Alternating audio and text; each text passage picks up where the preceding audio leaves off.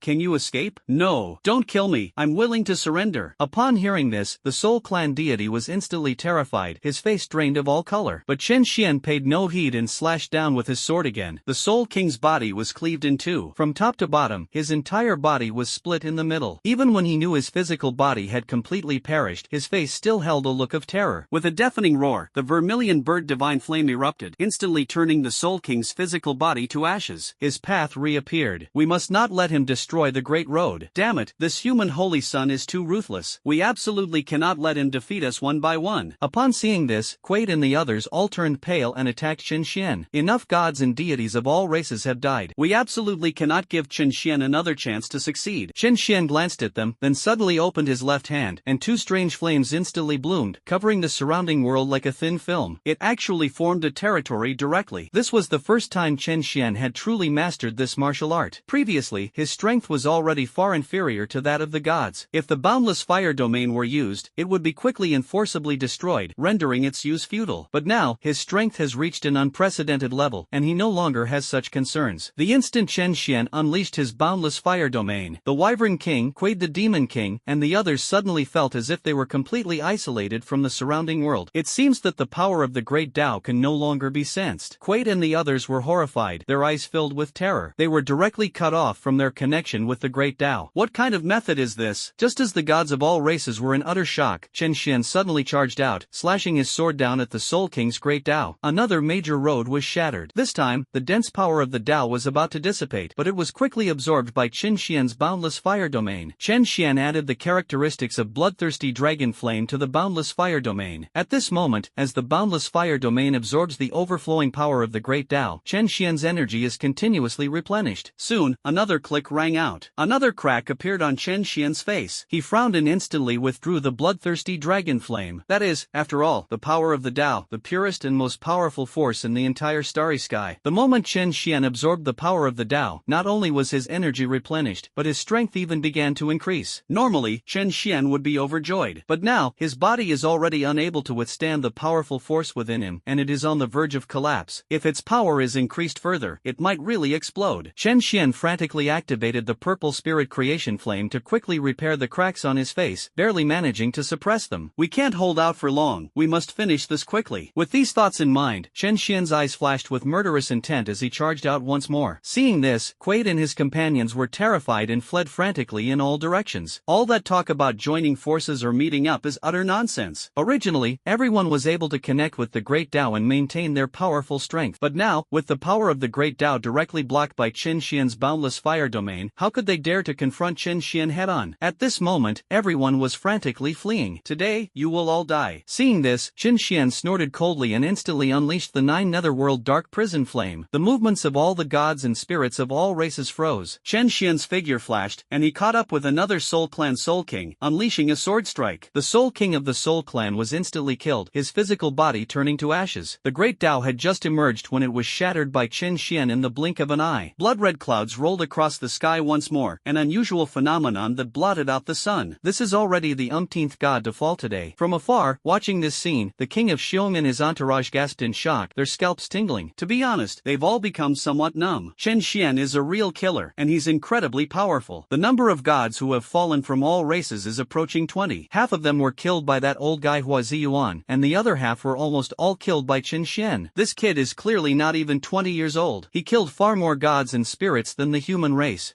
Should we go help? Xiong Guagua opened his mouth, his voice somewhat hoarse. At this moment, even he, an incomparably powerful first-class god, was somewhat confused about the situation. It's better not to for now. The ruler of the beacon of light shook his head and looked into the distance. He sensed that many powerful auras were indeed approaching from afar. It should be reinforcements sent by all races again. We will guard the 4 directions to prevent all races from coming to our aid. As for those fellows, leave them to the Holy Sun. The ruler of the beacon nation spoke in a serious tone. Having witnessed Chen Xian's strength, he had no doubt that Quaid and the others were no match for Chen Xian. It's just unknown how long Chen Xian's current strength can be maintained. Within the boundless fire domain, Chen Xian struck again, slaying a demon king of the demon race on the spot. Countless drops of blood fell. Chen Xian, however, paid no attention and moved like a ghost, charging out in another direction once more. This time, he wasn't choosing any small fry. He is one of only 2 first-class gods among all races, the Winged Dragon King. Damn it, this kid actually came for me. The Pterosaur King's expression changed instantly. He had already transformed into his true form and was moving very fast, but he still couldn't outrun Chen Xian. You old bug, you've been jumping around like that. Just die. Chen Xian's tone was icy cold, and the vermilion bird longsword in his hand shone brightly, revealing its power in an instant. Half of the Pteranodon King's wing was cut off. Soon, the second sword strike came. Before the Pterodactyl King could react, its other wing was also severed. The third sword strike will take your dog's head. Chen Xian spoke calmly, and instantly unleashed his third sword strike. Before the Pterosaur King's utterly terrified eyes, the sword light fell instantly. The enormous head of the celestial dragon was thrown out. The Pterosaur King's body was instantly engulfed by the sea of fire and vanished in an instant. His grand path was just beginning to emerge. Chen Xian grabbed out with one hand and exerted a sudden force, actually crushing the opponent's great Tao. The blood-red clouds rolled once more. The Winged Dragon King, this first-class god, has finally fallen. Above the sky, blood-red clouds churned and blood-red rain poured down. Everyone on all sides stared wide-eyed. The gods of all races were shocked, and even the human gods were incredulous. It's important to understand that not every race has an emperor-level supreme powerhouse. First-class gods are undoubtedly among the most powerful beings, no matter where they are placed. That is a truly supreme being. However, at this moment, a first-class god fell before everyone's eyes. The Winged Dragon King has fallen? How is that possible? That's a first-class deity. Within the boundless fire domain, the remaining few dragon kings of the heavenly dragon clan were all deathly pale, their huge dragon eyes filled with grief. Their strongest dragon had perished long ago. Moreover, he died at the hands of the human king of the Great Xia dynasty. After that, the entire celestial dragon clan was in low spirits and immersed in despair and grief. In the end, it was the Pterodactyl King who stepped forward. With his formidable strength as a first-class god, he directly suppressed the turmoil within the race, ensuring that the entire heavenly dragon clan remained united. It can be said that the Winged Dragon King is the last faith of the entire celestial dragon clan. But now, their faith has fallen. He died at the hands of the human race's holy son. Human holy son, will fight you to the death. Even if it means death, the strong of my heavenly dragon clan will never let you go. Several dragon kings of the heavenly dragon clan roared angrily, and the next moment, they all flew towards Chen Xian's direction. Their already enormous bodies suddenly swelled up. Countless energies and vital energies seemed to be converging. Quaid and the others were initially stunned by the power Chen Xian displayed. Seeing this, they felt as if they had seen an opportunity. Kill. Coordinate with the dragon kings and join forces to kill this brat. With a roar, the demon king Quaid thrust out a spear formed from the great Tao in his hand, his figure as swift as lightning, heading straight for Chen Xian. His aura surged wildly, radiating murderous intent. The boundless fire domain can only sever their connection with the great Tao of the outside world. However, the demon king Quaid had already transformed the great Tao into a divine weapon and held it in his hand, so he could contact it at any time and was completely unaffected. The reason he chose to escape was simply because he realized Chen Xian was too strong, and he didn't want to become a target. Now that he's seen an opportunity, why would he hold back? Quaid the demon king didn't want to follow in the footsteps of the winged winged Dragon King. He wanted to kill this kid before Qin Xian could catch up with him. At this moment, even this first-class god of the demon race felt a sense of shared sorrow for the fallen. Throughout the boundless starry sky, among countless races, there are only a handful of first-class gods. In the absence of supreme beings, first-class gods are the strongest. But now, a first-class god was being killed right before his eyes. Even someone as cold-hearted as Quaid the Demon King couldn't sit still. The other gods of all races reacted instantly, charging towards Qin Xian. Everyone sensed the determination of the heavenly Dragon Clan gods. They were going to self-destruct to perish together with Qin Xian. This is your chance to kill Qin Xian. At this moment, the two remaining Dragon Kings of the heavenly Dragon Clan had rushed to Qin Xian's side, their already swollen bodies radiating brilliant light. Two blinding white lights exploded instantly. It was so bright that everyone around couldn't open their eyes. The two colossal dragon bodies, along with their great Tao, exploded in the blink of an eye. The terrifying energy instantly devoured everything around it. The two celestial Dragon Clan gods were originally second-class and third-class gods, respectively. Their joint self-destruction released energy that almost turned the entire space into dust. Qin Xian's boundless fire domain was shattered by this terrifying energy. In that instant, all the gods of all races once again sensed the existence of the Great Tao. They instantly connected with the Great Tao. Many people even reached out and grabbed at the void, turning the Great Tao into weapons, and instantly attacked Qin Xian. 8 or 9 deities instantly attacked Qin Xian, unleashing terrifying power. Qin Xian endured the self-destruction of two gods, letting out a muffled groan as blood streamed from the corner of his mouth. His already damaged body developed several more cracks. Qin Xian's aura suddenly surged, as if his body was about to explode. He frowned slightly, his expression grim. The azure lotus flame within Qin Xian's body continued to burn, its violent power surging wildly in all directions. Let's join forces and kill him. This kid won't last long, he'll explode and die soon. Quaid, the Demon King, had excellent eyesight and instantly noticed Qin Xian's situation, then spoke with a cold smile. None of the other races were interested in responding to him, but at that moment, a detached voice suddenly rang out. Just 2 words, yet they seemed to explode right next to Quaid's ear. He felt a chill run down his spine, as if his blood had turned ice cold. Qin Xian, without anyone noticing, suddenly appeared in front of Quaid the Demon King. He threw a punch, deflecting Quaid's spear, and then his right hand swung his longsword, slashing down in an instant. You bastard, do you really think you're invincible? You think you can kill me so easily? Seeing this, the Demon King Quaid was both shocked and furious. He suddenly roared, his blood essence burning wildly, and his fists, wreathed in raging demonic flames, slammed into the sword. The terrifying energy exploded directly. Quaid the Demon King died on the spot. Countless drops of demonic blood fell across the starry sky, nearly cleaved in two by Qin Xian's sword. However, he still survived. Ha ha ha, kid, you couldn't kill me. You're nothing special. What kind of method is this? Quaid, the Demon King, coughed up blood and his life force plummeted, but his face was full of mockery and smugness. Having cultivated to the level of a first-class deity and become the leader of the demon race, he naturally couldn't just be someone who was afraid of death. He also possesses the spirit that a strong person should have. You want to die? It's not that easy. Qin Xian's eyes remained indifferent, completely unaffected by the opponent's provocation, and he slashed down with his sword once more. Quaid's arm was instantly severed. The moment the arm fell, the vermilion bird divine flame incinerated everything, instantly engulfing the arm and turning it to ashes. Quaid was deathly pale, and cold sweat poured down his forehead. The sword in Qin Xian's hand is not just for cutting flesh, that cuts off the soul as well. Quaid felt as if a part of his soul had been torn apart, and his body suddenly lost a portion of its vitality. He plummeted directly to the realm of a second-class god. Qin Xian's eyes were icy cold. The second sword, the third sword, the fourth sword. In the blink of an eye, he unleashed over 100 sword strikes. Countless sword beams pierced the starry sky, penetrating the body of the Demon King Quaid. He screamed in agony as countless bloody holes gushed from his body, and his spiritual power rapidly dissipated. Now, you'd better keep being tough. Qin Xian sneered, and countless sword lights slashed down once more. At first, Quaid was able to stick his neck out and remain silent, but later, as his soul was continuously torn apart, he could no longer hold on and let out a pig-like scream. Aha! Aha! The screams were extremely shrill. In the distance, the myriad gods who were originally about to attack Qin Xian all had ugly expressions and fear in their eyes. This kid, is he a devil? Qin Xian was fully capable of killing Quaid the Demon King, but at this moment he was relentlessly slashing at the opponent's physical body and soul with one sword strike after another. Even the most resilient mind and the strongest abilities cannot withstand this level of torment. Seeing this scene, even the king of Xiong Kingdom and others gasped in shock, feeling their scalps tingle. This kid, he's really ruthless, and he's really capable. The king of the Bear Kingdom grinned, his face filled with shock as he spoke. Ordinary gods, no, even ordinary supreme beings, would not dare to torment or treat a first-class god. It's not that they are particularly kind. Rather, this almost torturous method of killing the enemy, which delays in killing killing them makes it easy for the enemy to find an opportunity to counterattack. Only a fool would do that. However, Chen Xian had the confidence to back it up, and that is indeed the case. Quaid, the Demon King, screamed in agony as Chen Xian slashed him, but he couldn't find any opening to retaliate. On the other hand, Quaid the Demon King. With each sword strike, Chen Xian destroyed a portion of the opponent's soul, causing Quaid's aura to decline and his cultivation level to drop. Third-class deities, fourth-class deities, fifth-class deities. Chen Xian unleashed a series of sword strikes. With another loud bang, the Demon King Quaid's cultivation level plummeted once again, actually sliding directly into the immortal realm. You bastard, you ruined my cultivation. Holy son of the human race, if I live, I will kill you. Quaid has truly gone mad. He knew very well how much effort he had put into cultivating to the first-class divine realm, but now, he had been forcibly cut down to the immortal realm by Chen Xian. Countless years of accumulation were destroyed in an instant. Do you have this opportunity? Chen Xian's eyes were indifferent. He felt that he had stalled for time, and his long sword slashed down again. This time, he held back and pierced through Quaid's head. The life force in Quaid's eyes vanished instantly, and his physical body was directly burned by the vermilion bird divine fire, turning to ashes in the blink of an eye. The blood cloud from when the winged Dragon King fell has not yet dissipated, but at this moment, even denser clouds of blood began to gather once more. Large drops of blood rained down, staining the entire starry sky red. Today, the second first-class deity fell on the spot. Silence fell over the world once more. The gods of all races were utterly terrified and could no longer harbor any thoughts of hostility towards Chen Xian. This boy is simply a devil. If Chen Xian had killed Quaid the Demon King with a single sword strike, they might have been shocked, but they wouldn't have been as fearful as they are now. Chen Xian's slaying of the Demon King Quaid was nothing short of a brutal massacre. Sword after sword, destroying not only Quaid's physical body but also his soul. This caused the opponent's cultivation level to drop and their aura to decline. Looking out at the boundless starry sky, they had never seen anyone as ruthless as Chen Xian in all these years. Chen Xian saw the fear in these people, but remained indifferent. All races can destroy the human race if they so choose. If you don't kill them ruthlessly and terrify them, they will never know what fear is. Chen Xian wanted to show them the consequences of provoking the human race. If any race dares to launch another war, their fate will not be as simple as mere annihilation. Today, Chen Xian will not only defeat all races, but he will also slaughter the boundless starry sky and all the heavens and myriad realms to the point of trembling in fear. The armies of all races have joined forces to launch a massive invasion of our human race at Shanhaiguan. Today, I will give you a piece of advice. Those who offend our human race, no matter how far away, will be punished. Chen Xian's indifferent voice echoed through the void. A chilling killing intent surged in his eyes, and countless flames emanated from the long sword in his hand. Chen Xian's aura surged wildly, growing stronger and stronger. He seemed to transform into a blazing sun, illuminating the heavens and the earth. Its radiance was so powerful that it rivaled even the two supreme beings battling in the second void. Chen Xian spoke calmly, his vermilion bird sword blazing at its full power. He held nothing back and slashed at the remaining gods of all races. Run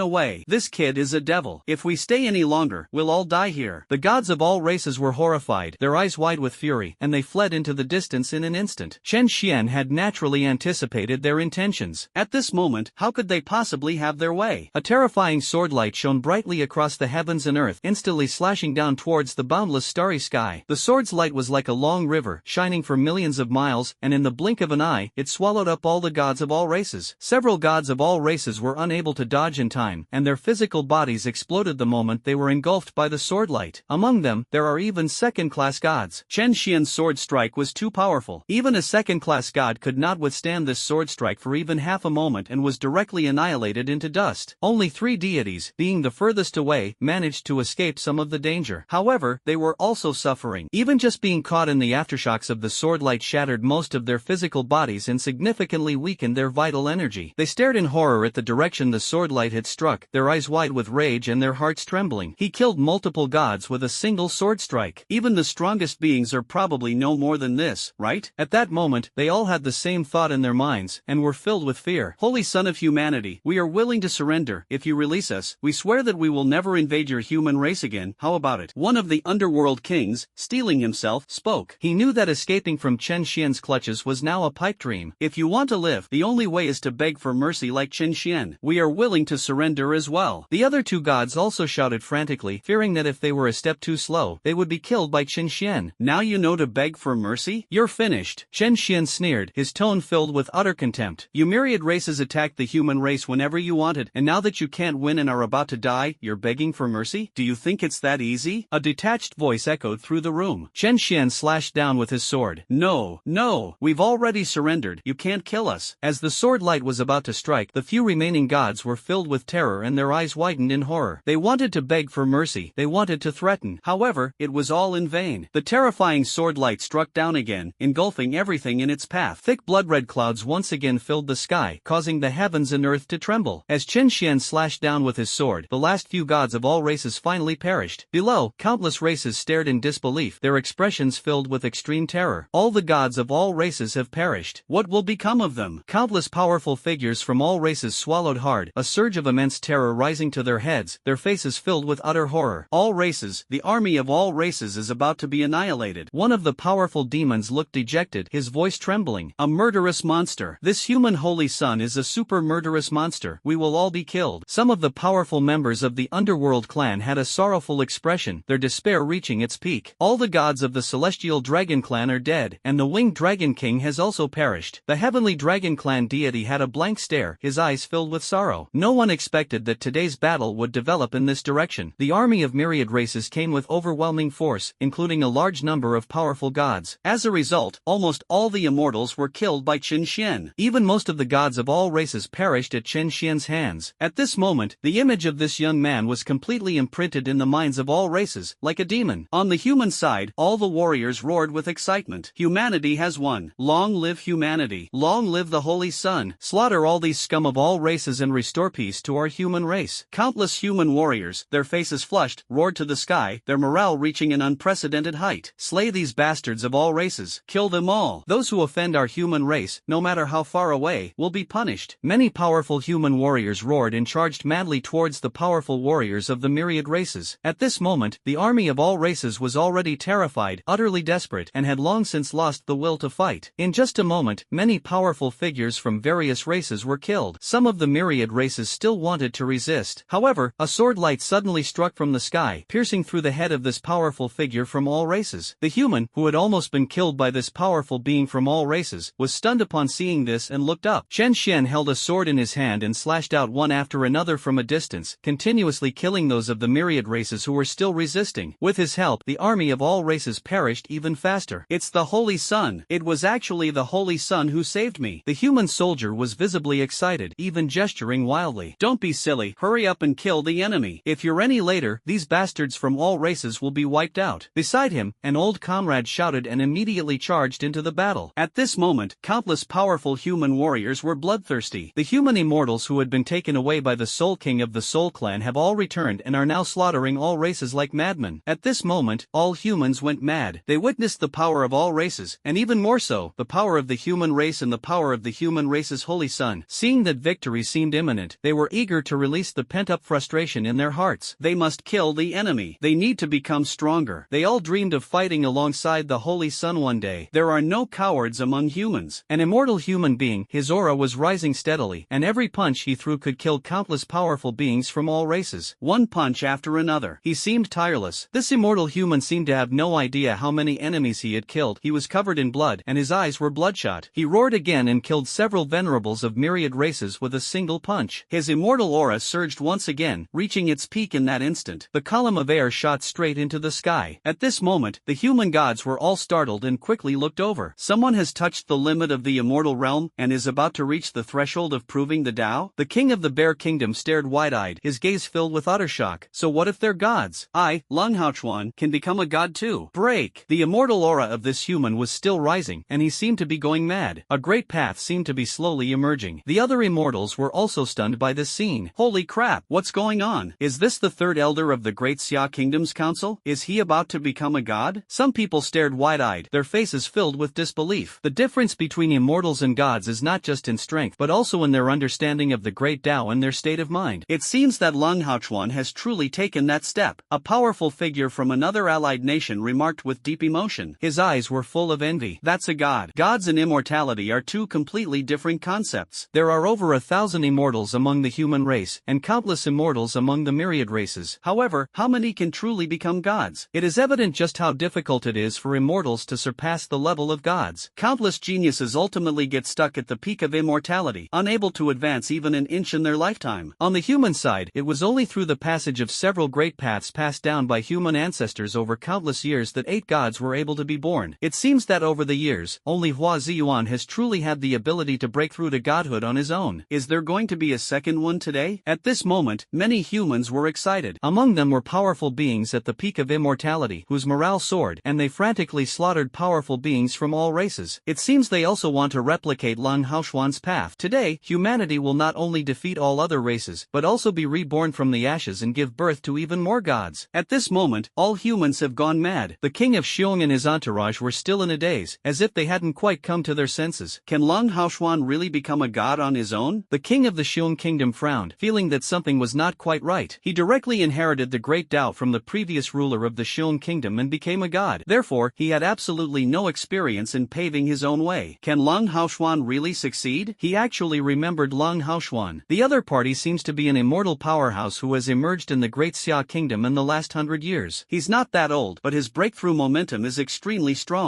Even after he reached the pinnacle of immortality, the Xiong Kingdom's ruler and others considered having him inherit the great Tao left behind by the Great Xia King. However, after trying it, Lang Haoshuan ultimately chose to give up. The reason is simple. His understanding of the great Tao of fire is insufficient, and he is simply unable to merge with the great Tao. The king of Xiong and his entourage were initially somewhat disappointed. Unexpectedly, this guy turned misfortune into blessing and embarked on his own path in today's great battle. In the second void, in a space shrouded in darkness, countless energies erupted, causing the void to tremble. The great Emperor Lingu shone with divine light, as if the god of light had been resurrected. Every punch and kick he made carried immense power, making him extremely terrifying. Behind Hua Ziyuan, black and white colors continuously evolved, and the Tao of light and darkness was brought to its fullest extent in his hands. The two exchanged countless blows in a short time, their fighting causing the void to shatter and even the second layer of the void to show signs of breaking. At this moment, Hua Ziyuan sensed something, suddenly turned around, looked down in the direction of the battle between the armies, and frowned slightly. Lang Haoshuan wants to become a god? He was somewhat surprised, and also somewhat helpless. Isn't this just creating trouble? Hua Ziyuan is a rare genius among humans who entered the divine realm on his own without inheriting the Tao from others. Therefore, no one understands better than him just how difficult it is to pave one's own path. This Lang Haoshuan, he doesn't understand anything and yet he tries to do things blindly. Isn't he just courting death? Emperor Lingu naturally noticed the commotion below and chuckled contemptuously. Heh, it seems there are quite a few fools among your human race. Are you trying to die too soon? He sneered, and light surged from his fist as he unleashed a punch. Hua Ziyuan was sent flying by the impact. But soon, his figure became illusory. In the endless darkness, another figure emerged. That was still Hua Ziyuan, and at the height of his power. He seemed to be one with the darkness. Darkness was him, and he was darkness. The moment Hua Ziyuan stepped out, he also threw a punch. You're asking for it. The void trembled violently. Emperor Lingu was forced to retreat continuously, his expression extremely solemn. Hua Ziyuan, I must admit, you are the most monstrous talent I have ever seen among the human race. Even the former king of Great Xia may not be as good as you. Originally, Emperor Lingu thought that his cultivation at the peak of the second level was enough to completely crush Hua Ziyuan. Unexpectedly, Hua Ziyuan, a mere novice in the second path, possessed terrifying strength and had been entangled with him until now. Moreover, what made Emperor Lingu most uneasy was, as the battle continued, Hua Ziyuan's strength seemed to be increasing little by little. Is this guy trying to hone his skills using his own abilities? Upon discovering this, Emperor Lingu was both furious and shocked, and his killing intent surged to its peak. Hua Ziyuan must be killed. Otherwise, it's possible that the human race will once again produce an invincible powerhouse similar to the Great Xia King. The #1 prodigy of the human race? Hua Ziyuan smiled faintly, his tone somewhat helpless. With that kid around, I can't accept that title. But at this moment, the two were fighting, and they even had time to chat. Emperor Lingu was taken aback, thought for a moment, and nodded. Your human race's holy son is indeed a prodigy, and it wouldn't be an exaggeration to say that he is the #1 prodigy among all races. As he spoke, Emperor Lingu's tone suddenly turned cold, and he said in a low voice, however, those with excessively monstrous talent usually don't have a good ending. Once I kill you, I'll immediately go and take his head. You can talk about it when you have the ability. Hua Ziyuan also snorted coldly, and the power of light and darkness around him condensed once again. The two clashed again, their battle causing the heavens and earth to collapse and countless illusory stars to shatter. This time, even the third layer of space was blasted out. Chen Xian continued to slaughter countless races. He unleashed sword strike after sword strike, simultaneously expending the rampaging power within him and rescuing the human soldiers. In fact, with Chen Xian's current strength, he could completely annihilate the army of all races on his own. However, he knew very well that all humans were holding their breath at this moment. Their comrades and friends all sacrificed their lives in this battle. They harbored hatred. They want to slaughter all races. Chen Xian knew that this revenge could only be taken taken by them. As he was fighting, he noticed that Lang Haoshuan below was about to break through, and he was stunned for a moment. This is a path to becoming a god? So what? Chen Xian was not pleased. On the contrary, his brows furrowed. His current level of attainment is at the level of a god. Therefore, Chen Xian was well aware that there was a huge gap between gods and immortals. This involves not only understanding the great Tao and insights into cultivation, but also, and perhaps more importantly, the amount of energy. Chen Xian sensed that Lang Haoshuan had been fighting one battle after another, and his energy had long been depleted. How could he still have the ability to open up a great Tao? When his energy is completely depleted, he might just devour his own life force. That can kill people. Sure enough, just as Chen Xian thought of this, below, Lang Haoshuan, whose aura was still rising, suddenly sensed something was wrong. The illusory image of the great Tao above his head seemed to be solidifying. As a result, after only a portion of it solidified, it began to show signs of becoming illusory again. Immediately afterwards, Lang Haoshuan felt as if countless fine lines were emerging from his body. His vitality was also gradually fading away. Upon realizing this, Lang Haoshuan's expression instantly changed. Lang Haoshuan is in danger. The other immortals of the human race, as well as several gods, also sensed something was wrong and their expressions changed. However, they wanted to help, but there was nothing they could do. Lang Haoshuan's energy was insufficient to open up the great Tao, and as outsiders, they could do nothing. Damn it, Lang Haoshuan, stop breaking through. The king of the Xiong kingdom said coldly, his eyes filled with anxiety. Humanity has finally produced a genius capable of forging his own path. He cannot simply die like this. Can't stop. Lang Haoshuan's face was full of bitterness, and his complexion grew even paler. How could this be? Upon hearing this, the king of the lighthouse's expression changed, becoming grim. Even from a great distance, Chen Xian could still sense that Lang Haoshuan's life force was rapidly fading away. He raised his hand and waved, and a wisp of purple spirit creation flame instantly flew out, enveloping Lang Haoshuan. At the same time, several more cracks suddenly appeared on his face, and he even seemed on the verge of collapse. Why are you causing trouble at this time? Chen Xian was also very happy that a god had emerged from the human race and achieved a breakthrough on his own. However, he still needs to rely on the purple spirit creation flame to maintain himself, and being able to spare even a wisp of it is already his limit. At this moment, he was also helpless. At this moment, Lang Haoshuan was in despair, but soon, as the purple spirit creation flame entered his body, he felt his life force instantly replenished, and he was overjoyed. Lang Haoshuan suddenly looked up and gazed in Chen Xian's direction. He knew that this purple flame was a unique technique of the Holy Sun. Lang Haoshuan was about to thank him, but soon he also noticed Chen Xian's abnormality. Chen Xian's body was crumbling inch by inch. His expression changed, and he quickly said, "Your Holiness, you don't need to help me. You are more important than me." At this moment, Lang Haoshuan finally understood and said with a wry smile, "So be it. Since I cannot stop it, I will give up my life today, hoping to completely open up the great Tao. Even if I perish, I can leave behind a complete and inheritable great Tao for humanity." Chen Xian's expression changed slightly upon hearing this, and he was about to say something. At this moment, powerful auras descended rapidly from afar. "That's the reinforcements from all races have arrived." Chen Xian's eyes lit up, and he reached out from a distance. The next moment, Lang Haoshuan was grabbed by him. "Your Holiness, you." Lang Haoshuan was taken aback, not understanding what the Holy Sun meant. Chen Xian smiled faintly, but his smile was incredibly arrogant. "Don't be in such a hurry to die. It's just the power of the great Tao, isn't it? Today, I will slay all the gods and demons of myriad races to help you prove your Tao." Chen Xian had just sensed it, and it seemed that Lang Haoshuan's Tao was the Tao of ice. Among the myriad gods who rushed from afar, there seemed to be some powerful beings of this type. Slaughtering a few of them and allowing Lang Haoshuan to absorb the power of the great Tao would be enough for him to prove his Tao. Everyone nodded in agreement. How long has it been? See this scene. You'll know when the time comes.